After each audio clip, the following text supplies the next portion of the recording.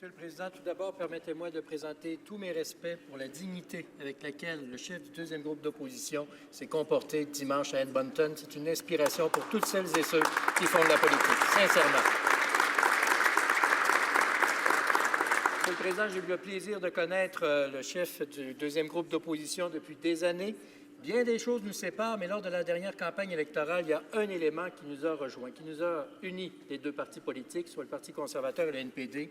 C'est le fait qu'il ne fallait pas que le Canada tombe à nouveau dans les déficits. Or, Monsieur le Président, voilà que ce gouvernement s'est fait élire en campagne électorale en disant que ça allait être des tout petits déficits de 10 milliards de dollars, et voilà que la réalité les rattrape, c'est 3 fois plus élevé.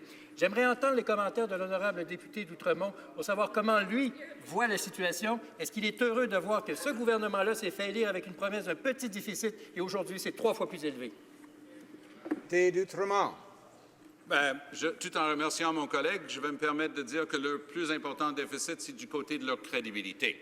Parce qu'ils ont parlé énormément pendant la campagne électorale de venir aider les gens.